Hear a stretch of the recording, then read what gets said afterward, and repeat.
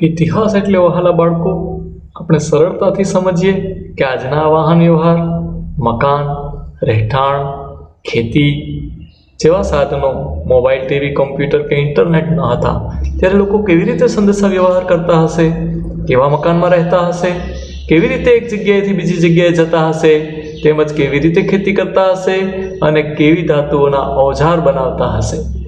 આ બધા મનમાં આપણા પ્રશ્નો ઉઠે છે ને. તો એના વિશેનું હવે આપણે માહિતી મેળવવાની છે. એ પહેલાં આપણને એક પ્રવૃત્તિ કરશું. તમને મિત્રો શું દેખાય છે સ્ક્રીન ઉપર? એક સરસ મજાનો ભારતનો નકશો. આ નકશામાં તમારે નર્મદા નદી શોધી કાઢવાની છે. હજારો વર્ષ પહેલાં નર્મદાના કિનારે માનવોની વસાહતોના પુરાવાઓ મળી આવ્યા છે કે જૂના જમાનાના માણસો કેવી રીતે નદી કિનારે ગુફાઓ આગળ રહેતા હતા. હવે આપણે વાત કરીએ તો જૂના જમાનાના ઇતિહાસ જાણવાના સ્ત્રોતોની અંદર પ્રાચીન નગરો, તાડપત્રો, ભોજપત્રો તેમજ સિક્કાઓ, મંદિરો, મહેલો, રામાયણ, મહાભારત જેવા પ્રાચીન ગ્રંથો, વાવો, કુવાઓ, રમકડા, હથિયારો, ઓજારો, વાસણો, હથિયારો, હાડ પિંજરો, પાળિયાઓ, મકાનો અને ઇમારતો વગેરે દ્વારા આપણને સરસ રીતે ઇતિહાસના પુરાવા સાથેની માહિતી આપણે મેળવી શકીએ છીએ કે ત્યારના લોકો કેવા હતા, તેનો ખોરાક કેવો હતો, કેવા મકાનમાં રહેતા હશે વગેરે. હવે આપણો જે મૂળ મુદ્દો છે એ છે તાડપત્ર. તાડપત્ર છે એ એટલે તાડના વૃક્ષના પાંદડા પર હાથથી લખેલા લેખો કે સંદેશાઓ, જેમ આજે આપણે કાગળ ઉપર પત્ર લખીએ તે રીતે તાડના ઝાડની છાલ ઉપર, તાડના પાંદની છાલ ઉપર, પાંદડા ઉપર જે તાડપત્ર અથવા સંદેશો લખવામાં આવતો તેને તાડપત્ર કહેવાય. તાડના તો 6 પ્રકારના વૃક્ષો મળી આવે છે.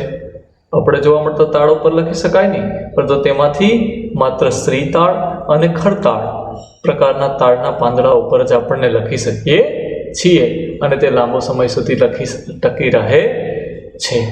બીજું આવે ભોજપત્ર. ભોજપત્ર એટલે હિમાલયની જે તળેટી છે, ઉત્તર ભારતમાં આવેલા હિમાલયની પહાડીઓમાં, હિમાલયની તળેટીમાં ભુર્જ નામના વૃક્ષની પાતળી છાલ, આંતરછાલ જોવા મળે. એની ઉપર લખવામાં આવતા લખાણને ભોજપત્ર કહેવામાં આવે છે. આ ભોજપત્ર પણ લાંબો સમય સુધી એમાં ઉધી ચડતી નથી અને ટકી રહે છે. ભોજપત્ર અને તાડપત્રને લાંબો સમય સુધી ઉદય લાગતી નથી, તેમજ 1100 થી 1200 વર્ષ સુધી આ હસ્તપ્રતો સાચવી શકાય છે. આવા હસ્તપ્રતો આજે પણ મંદિરો તેમજ બૌદ્ધ મઠોમાં સચવાયેલા છે. તે પોથી સ્વરૂપે જોવા મળે છે, એક ડાયરી સ્વરૂપે જોવા મળે છે. ભોજપત્ર અને તાડપત્ર પર પાંડુલિપિમાં જોવા મળે છે, તેમજ સંસ્કૃત, પ્રાકૃત, તમિળ ભાષામાં પણ એની અંદર લખાણ લખેલું જોવા મળે છે. તેના દ્વારા આપણને તે સમયના સમાજ જીવન, રાજકીય જીવન, ધાર્મિક જીવન વિશે માહિતગાર થઈ શકીએ છીએ. હવે આપણે શીખવાનું છે અભિલેખો. અભિલેખો એટલે શું? અભિલેખો અને શિલાલેખો. અભિલેખ એટલે પથ્થરો, શિલાઓ અથવા ધાતુ. જો સમજવા જેવો પ્રશ્ન છે. અભિલેખો એટલે પથ્થરો, શિલાઓ અને ધાતુઓ ઉપર કોતરીને લખવામાં આવતા લખાણને અભિલેખો કહેવામાં આવે છે. કોઈ તમને એમ પૂછે કે તામ્રપત્ર અભિલેખ છે, તો કે હા, તાંબા અને ધાતુ ઉપર લખેલું છે. તો શિલાલેખ છે એ પણ અભિલેખ જ છે. તો અભિલેખો પણ ઇતિહાસ જાણવામાં મહત્વનો સ્ત્રોત પુરવાર થયા છે. જૂના જમાનાના જે રાજાઓ હતા એ આદેશો આપતા, પ્રજાજોગ સંદેશાઓ આપતા. આજના જેવું વોટ્સઅપ જેવું કંઈ હતું નહીં, પત્ર વ્યવહાર હતો નહીં. પોતાની જે સિદ્ધિઓ હતી વગેરે શિલાલેખો ઉપર સરસ મજાનું કોતરણી કરી એની ઉપર લખાવતા. અભિલેખો લાંબા સમય સુધી સચવાતા રહેતા. એની ઉપર વાતાવરણની, વર્ષા, શિયાળો, ઉનાળો, કોઈ પણ ઋતુઓની, પ્રાકૃતિક આપત્તિઓની કોઈ પણ અસર જોવા મળતી નહીં. જેમાં તમને ખબર છે કે આપણું પૌરાણિક નગરી જુનાગઢ, આ જુનાગઢમાં અશોકનો શિલાલેખ ખૂબ જ પ્રખ્યાત છે. અભિલેખો અને શિલાલેખોનો અહીંયા તમારી સામે તસવીર છે. જે પહેલી તસવીર છે એ તમને દેખાશે કે તાંબાના પતરા ઉપર અથવા પથ્થર ઉપર સરસ મજાની લિપિમાં લખેલા અભિલેખો અને શિલાલેખોનો ફોટો જોવા મળે. તામ્રપત્ર, નામ સાંભળતા જ યાદ આવે. તામ્ર એટલે તાંબુ, તાંબાનો સંસ્કૃત શબ્દ છે તામ્ર. તાંબાના પતરા ઉપર કોતરીને લખવામાં આવતા લખાણને તામ્રપત્ર કહેવામાં આવે છે. તામ્રપત્ર મુખ્યત્વે તાંબાના પતરા ઉપર તે સમયના રાજાઓ પોતાના સંદેશાઓ આગળ ભણી ગયા તે રીતે પ્રજાજોગ સંદેશાઓ હોય, પોતાની કીર્તિઓ હોય, કોઈને સન્માનપત્ર આપવાનું હોય, આવી બધી વસ્તુઓનું લખાણ કરતા હતા. આ સમયમાં સિક્કાઓ, ત્યારે સિક્કાઓનું પણ ચલણ હતું.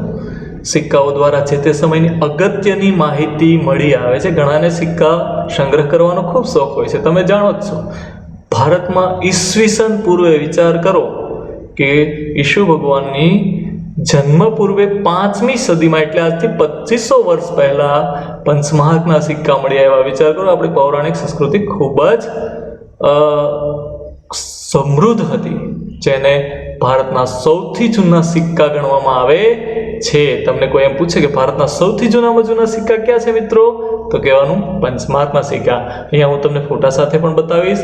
આપણા પ્રાચીન રાજવંશોમાં મૌર્યકાળ, ગુપ્તયુગ તેમજ ગ્રીક રાજાના સમયકાળમાં સોના, ચાંદી અને તાંબાના સિક્કાઓ જે તે સમયની સામાજિક, ધાર્મિક અને રાજકીય માહિતી પણ પૂરી પાડે છે. જો તમને અહીંયા સ્ક્રીન ઉપર જે દેખાય છે એ પહેલા દેખાય છે પંચમાર્ક સિક્કા છે. બીજા છે ગુપ્ત વંશ સમયના સિક્કા છે. પંચમાર્ક સિક્કા છે એ બિંબા ઢાળ ઉપર એક સરસ મજાના લોખંડની ધાતુ કે કોઈક ધાતુ વાપરી અને પર ખાલી છાપ ઉપસાવવામાં આવતી. એ બરોબર સિક્કા જેવા લાગતા નહીં, પરંતુ જ્યારે ગુપ્ત સામ્રાજ્ય અને મૌર્ય સામ્રાજ્ય આવ્યું ત્યારે બહુ સરસ મજાના સિક્કાઓ એની ઉપર દર્શાવવામાં આવેલા છે. પંચમાર્કના સિક્કા ધાતુના ટુકડાઓને છાપ ઉપસાવવા બીબામાં મૂકીને દબાણ આપી બનાવાતા સિક્કાને પંચમાર્કના સિક્કા કહેવાય. જૂના જમાનામાં સિક્કાઓ બનાવવા માટે એક બિંબ રાખવામાં આવતું. બિંબ એટલે એક પેટી જેવું, મતલબ લોખંડનું. એની ઉપર ગરમ કરેલું લોખંડ અથવા એને ઓગાળી અને તેને એમાં રાખીને ઉપર એને થોડું ઠરતું હોય ત્યારે ઉપર એની ઉપર છાપ છોડવામાં આવે. આ પંચમાર્કના સિક્કા કહેવાય. પંચમાર્ક એટલે 5 નિશાની જેવા ચિહ્નો. તમે એને જોઈ શકો કે પંચમાર્કના સિક્કામાં 5 નિશાનીઓ જોવા મળે છે અને પંચમાર્કના સિક્કા કહેવામાં આવે છે. પંચમાર્કના સિક્કાઓ આજે દેખાય પંચમાર્કના સિક્કા નથી, પરંતુ ગુપ્ત સામ્રાજ્યના સિક્કા કહી શકાય. હવે આપણે જોવાનું છે ઇતિહાસના અભ્યાસીઓ કોણ હતા. ઇતિહાસનો કોણે અભ્યાસ કર્યો, કોણે આ બધું સંશોધન કર્યું, કોણે આ બધા સિક્કાઓ ગોત્યા? પુરાતત્વશાસ્ત્રીઓ, ઇતિહાસકારો અને પ્રવાસીઓ. આ બધાનું આમાં ખરેખર ખૂબ મોટું યોગદાન છે કે જેણે આપણને એક છુપાયેલી સંસ્કૃતિ, દટાયેલો ઇતિહાસ બતાવવામાં ખૂબ મદદ કરી. પુરાતત્વશાસ્ત્રીઓ એટલે પ્રાચીન સ્થળોએ જઈ ઉત્ખનન, ખોદવાનું કામ કરે. હું તમને અહીંયા બતાવીશ. આ પુરાતત્વશાસ્ત્રીઓ છે તે શું કરે? જૂના જમાનાના જ્યાંથી અવશેષો મળે એની આજુબાજુનો ઇલાકાને ખૂબ બારીકાઈથી, ધ્યાનપૂર્વક, એકાગ્રતાથી ખોદે અને બારીક ઝીણીથી લઈને મોટી વસ્તુઓ ગોતે. તેના મકાનો, તેની હાડપિંજરો, તેના અનાજના દાણા, તેની રહેઠાણ વ્યવસ્થા, આ બધી બાબતોનો અભ્યાસ પુરાતત્વશાસ્ત્રીઓ કરતા હોય છે. આ મકાન બરોબર, સિક્કાઓ, છાપો, ઈંટો, પથ્થરો, ઓજારો, ખોરાકના નમૂના, મનુષ્ય અને પ્રાણીના હાડકાઓ વગેરે શોધી તેનો અભ્યાસ કરી તે સમયના જીવનશૈલી અને સંસ્કૃતિ વિશે માહિતગાર કરે છે, જેને અંગ્રેજીમાં આપણે આર્કિયોલોજિસ્ટ કહીએ છીએ. શું કહીએ છીએ મિત્રો? આર્કિયોલોજિસ્ટ કહેવામાં આવે છે. આ કોણ છે? તો કે પુરાતત્વશાસ્ત્રીઓ. પુરાતત્વશાસ્ત્રીઓ જૂના અવશેષોવાળા વિસ્તારનું ઉત્ખનન કરે, ખોદકામ કરે અને તેમાંથી બધી માહિતીઓ મેળવી આવે છે. તમારી સ્ક્રીન ઉપર દેખાતા 3 મહાનુભાવો છે ઇતિહાસકારો છે, જેણે ઇતિહાસનો ગહન અભ્યાસ કર્યો. વિવિધ પુસ્તકો, વિવિધ સોર્સમાંથી લઈ અને ગહન અભ્યાસ કરી અને ઇતિહાસકારોએ સરસ મજાનો આપણની સામે ઇતિહાસ રાખ્યો કે ભારત કેટલા ઈસવીસન પૂર્વે કેવું હતું, કઈ સંસ્કૃતિ વિકસી હતી. ઘણા બધા ભારતીય ઇતિહાસકારો છે, બરાબર.